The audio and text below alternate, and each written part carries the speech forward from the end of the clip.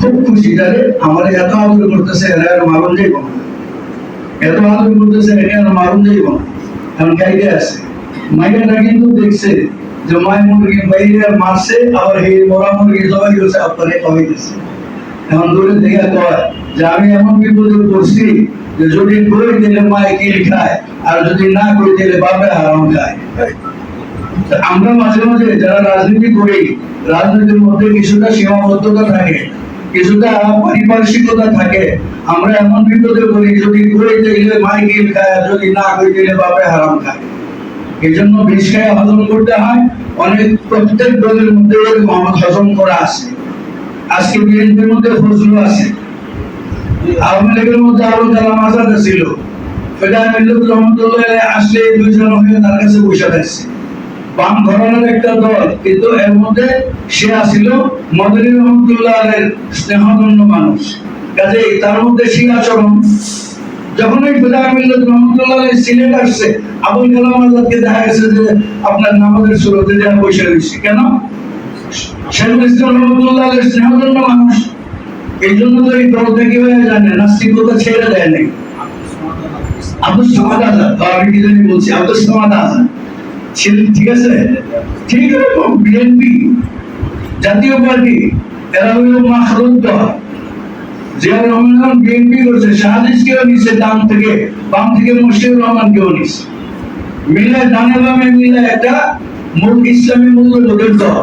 এটার মধ্যে ফজলুল আছে, এটার মধ্যে মির্জা ফখরুল আছে, অনেক নেতা আছে যারা আপনার কমিউনিস্ট পার্টি থেকে এরা আসছে, ছাত্র ইউনিয়ন করে এরা রাজনীতি শিখে তারপরে আসছে।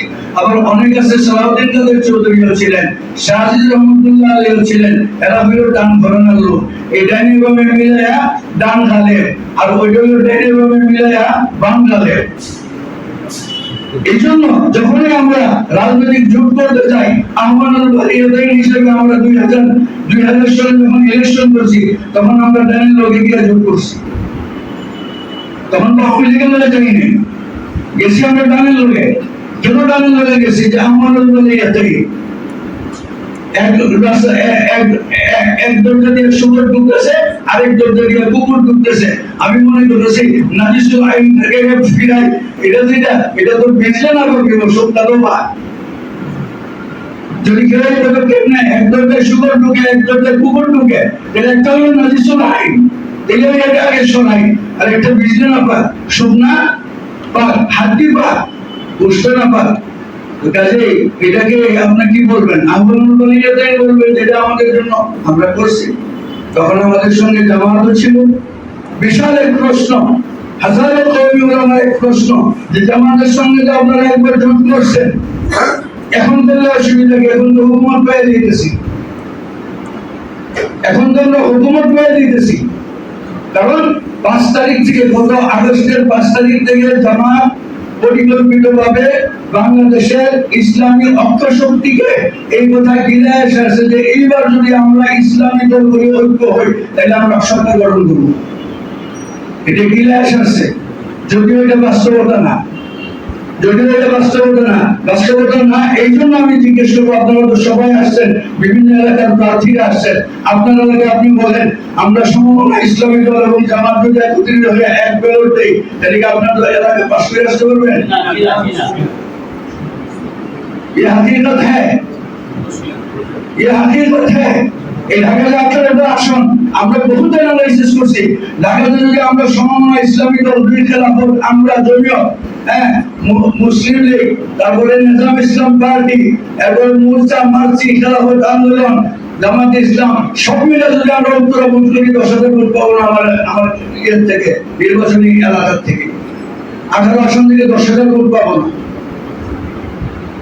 এখন বলেন, বাস্তবতা হলো এই যে এই সব দল মিলে আমরা কোনোভাবেই সরকার গঠন করতে পারবো না। এটা বাস্তবতা। আমাদের অনেক সর্বমনা মুসলমান উলামায়ে কেরাম এটা বুঝে না। জামাত কিন্তু ঠিকই বুঝে, জামাত কিন্তু ঠিকই বুঝে। জামাত কি বুঝে? জামাত এইটা বুঝে যে আমার তো একা ইলেকশন করলে 3 সিট পাই, অতীত আছে তো, এক ইলেকশনের পরে কয় সিট পাই? 3 সিট পাই। এখন না 5টা পাবো না 7টা পাবো, কিন্তু যদি কর্মী ঘরানার সমস্ত সাপোর্ট নিতে পারি আর একটা হাওয়া সৃষ্টি করতে পারি আর আন্ডারগ্রাউন্ড আরেকটা কাম করতে পারি, এটাও কমাবি, সেটা আমি বলবো, দালাল দিয়ে বলবো, তাহলে আমরা 40-50টা সিট পেতে পারবো। এটাই আমাদের প্রথম সফলতা, যে বাংলাদেশে ইলেকশন করে আমরা 50টা সিট পাইলাম। 10-এর জায়গায় কয়টা পেলাম? তাইলে এই ইসলামী অঙ্গনের ঐক্য নিয়ে যদি এরা আসতে পারে, আমাদেরকে যদি বিভ্রান্ত করতে পারে, তাহলে এরা 10-এর জায়গায় 50 পায়। এই জন্য এরা আদালত খেয়া প্রথম দিন থেকে গৃহস্থের সাথে না, ফকির নিকট তুই এই ঘরের মেহমান, আমি ওই ঘরের মেহমান। গৃহস্থের সাথে না, ফকির নিকট তুই এই ঘরের মেহমান, আমি এই ঘরের মেহমান। আমরা কোনো সময় মেহনত দেই না।